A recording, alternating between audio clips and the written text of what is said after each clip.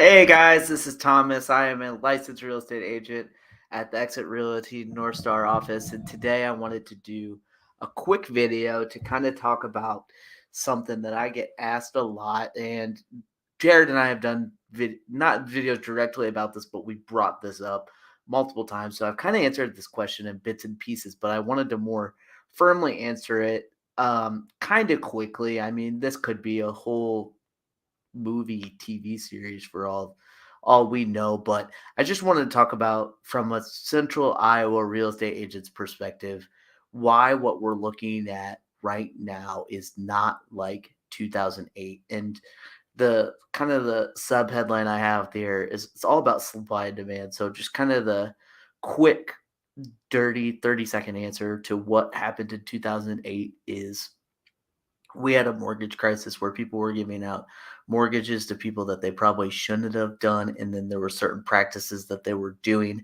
that artificially inflated the price of houses. So it's all about supply and demand, right?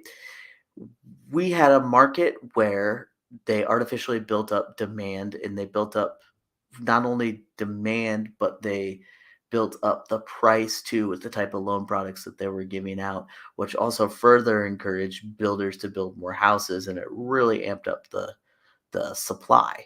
And then after that happened, and after they realized that a lot of these loans that they were giving out were poor products, people started foreclosing, people started losing their jobs very, very quickly, and that increased the supply even more. But now that the quality of product that the mortgage lenders were giving out was getting called into question, a lot of regulations started in 2009 that brought down demand. So you had a ton of supply, not a lot of demand, and that crashed real estate prices. Everyone remembers it, even people my age remember how bad things got in 2009, in 2010 even, and it took a long time for the real estate market to build its way out of that, but slow and steady, the real estate market has basically been growing and appreciating in central Iowa ever since. We're on what you would kind of describe as like year 13 of a 10-year market cycle. We're due for a correction, but I see more and more people talking about it in the national news and just locally to me, people that aren't real estate agents talking about a crash that's coming. And that term is obviously relative, but it's just not going to be a crash. It's more than likely going to be some sort of correction or adjustment that's coming. We don't know exactly what it's going to look like, but crash is a term that I'm not really willing to throw out. And I got two slides kind of here prepared here to show you, just kind of talk about it's not necessarily going to be a crash. So we're talking about lack of supply that we have now compared to in 2008, 2009. Builders were building at basically an unprecedented rate leading up to 2008. It's a rate that on the national level people are talking about that we'll never get back to again.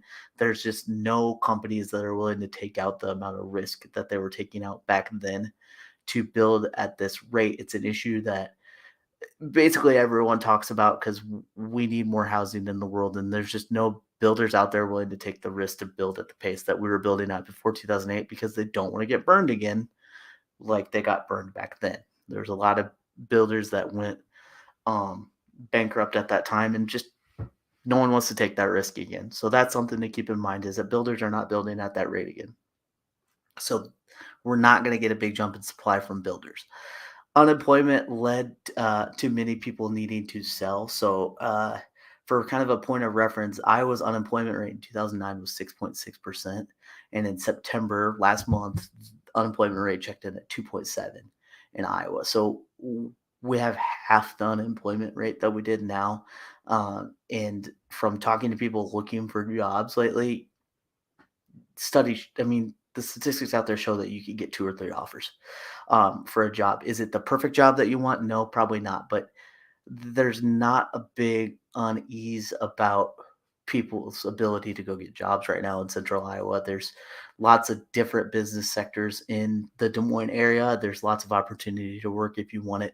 So your unease around your employment is not really an issue right now for homeowners, so there's no need to sell when as far as that aspect goes. And then the other truth about inventory right now is that we're not even at inventory has been growing so far this year. I got a chart that I'm going to show that Let's Go Growth sent me, which is really, really awesome to look at. They've been growing all year, but we're not even close to what we had pre-pandemic levels. So I'll show you right here. We're looking at right here. You're looking at just before 2020 started, which was pre-pandemic. We were looking at just over 4,000, and now we're at just under 3,000. So we have like probably right around 1,100 new listings, new unsold listings until we get up to pre-pandemic levels. And this chart is awesome because it goes all the way back to 2009, and you can see where we were at during that time period too. We were almost up to 6,000 listings at certain point in times. So we got a lot of inventory to go before we get to crash levels or recession levels that we were at then. And we got a lot of inventory building to go before we even get back to pre-pandemic levels. So inventory wise, it's still looking like a pretty strong seller's market, especially for resale homes. I can tell you, I didn't pull it up, but if you look at months of inventory, you're looking at really, really strong seller's market for people selling resale homes. So people that are bought the home and then reselling it, you're looking at like 1.8 months of inventory right now. Whereas for new construction, we're looking at almost 11 months of inventory for new construction. So there's just a stark difference right now between resale homes and new construction homes. So homeowners or people looking to purchase a resale home, you could still feel somewhat confident in the market that we're in right now that it's going to appreciate just because there's no reason to see that inventory is going to grow that fast. So that's something to keep in mind. And then just looking at the current market that we're in right now, there's just so much better quality home loans out there today versus 2008, 2009. I don't know how many different ways I can say this, but in 2008, that recession was built on bad home loans. And today, this recession that we're either going into or currently in, depending on whatever you believe, whatever economist you follow and stuff like that, is built on really terrible inflation. So inflation causes kind of like an everything problem, whereas 2008 was built on bad home loans. And it was built on false equity that had built up. And today we're looking at so much stronger of an equity position that homeowners are in, compared to what they were in 2008. Right now, total mortgage debt is 43% of current home value. So people have 57% equity, and that's the lowest that's ever been on record. So that's the best equity position the United States homeowners have ever been in, and it's good credit. The people owning these loans, taking on these loans, have an average of 755 credit score versus 699 in 2010. So there's just higher qualified credit, and it's not these subprime loans that are going to crash at any second. The foreclosures, we don't foresee it getting to what it was in 2008, 2009.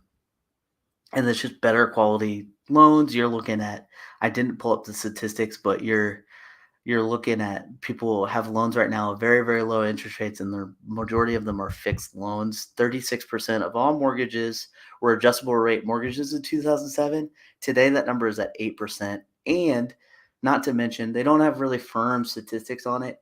But in 2007, 2008, you were looking at adjustable rate mortgages that are adjusting very quickly. The term of typically they'll be structured at a lower rate for a fixed amount of time. Typically, the lowest you'll see now is a fixed rate for 5 years and then adjusts every year after that. Back then, it was like 2 or 3, and they were adjusting very, very fast after that. Now, I would get, there's no statistics that we can pull up on it, not that I saw at least, but I would guess most people have gotten, of that 8%, most people have gotten themselves into like a very conservative 7 or 10 ARM. Jared and Nicolaisen and I did a video about ARMs a while back. If you want to go back, my YouTube page would probably be the easiest place to find it if you want to go back and look at that. So that kind of answers why I think it's different than 2008. I hope this video wasn't too long. I just want to leave it with some really quick things, what to look for to possibly look for this market to change. Specifically, if you want to look in the Central Iowa area or on a national level in general, I would look at unemployment. If you start to see unemployment get worse fast, that's more than likely going to lead to people needing to list their homes because they are uncertain about their job status and they're not confident that they're going to be able to get another job if unemployment keeps growing fast.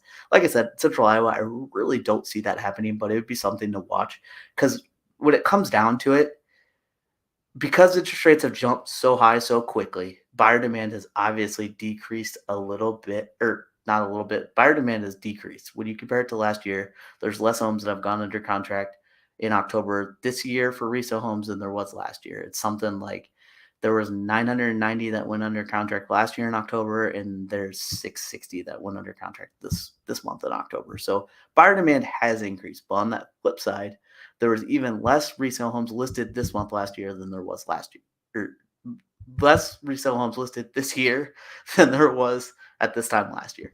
So the rate of new listings coming in for resale homes has actually slowed, but buyer demand has also slowed, and it's slowed a little quicker than the rate of resale homes. So inventory is growing, but it's not growing as fast as it could if for some reason the rate of new listings were to come on. If that were to, I would also look at inflation. The more the Fed can't control the inflation rate, the more they're going to increase the Fed rate. The Fed rate's not directly tied to mortgage interest rates, but it does affect it. And that's specifically what they're trying to do when they increase the Fed rate is they're trying to reduce consumer spending on things like new credit card offers, new car loans, and new home loans is what they're looking at. They are trying to curb this crazy amount of appreciation that we have seen the last 2 or 3 years because they're trying to make homes more affordable and they're trying to slow down inflation. And one of the only ways, slash, one of the easiest ways that they can effect of inflation, that's a tough one to say, is by increasing that Fed rate. And then I would look at too, I don't know exactly how you would measure this, but I would look at consumer confidence after the midterm elections. Some retail statistics for holiday season might be a good way to look at this. If retail spending is still up, still high, that would mean that people are very confident in where our government's going, where the economy is going. They're not trying to save as much. The more people are saving, the less likely they are to be making a big change like selling their home. So I would look at consumer confidence as well. I hope this helps. I'm going to post this slide here really quick, and I hope this you found this video informative. Please leave comments or questions. I will answer them later. This is a topic that I'm sure a lot of people are interested in, but at the end of the day, I think it just boils down to we're not going to get a crash unless for some reason supply starts growing quicker than it currently is. And I think if you're a buyer and you're looking to buy a first time home, I don't think there's ever a bad time to do it. There's just different advantages depending on what market you're in. So last year, interest rates were at an all time low. I feel like real estate agents sounded like a broken record for 3 years in a row, but we weren't lying to you. Interest rates were at an all time low and it was unprecedented. That's why it was advantageous to buy back then. Now, there's less buyer demand. Interest rates are high, but that gives you a ton of negotiation power when it comes into getting the seller. So you're getting inspection items fixed. You're getting the price down lower. You're getting seller concessions for temporary buy down of your rate. So your monthly mortgage payment can be a little bit more sustainable, at least for 1 or 2 years. There's things that you could do to take advantage of this market that will set you up long term. So if you have any questions about that, comment below or message me directly or call me on my cell phone. I always love to talk and I always answer my phone. So have a good day, guys. And thank you so much to everyone who's watching. This viewer count is higher than I've ever seen in a while. So thank you guys. Have a great day.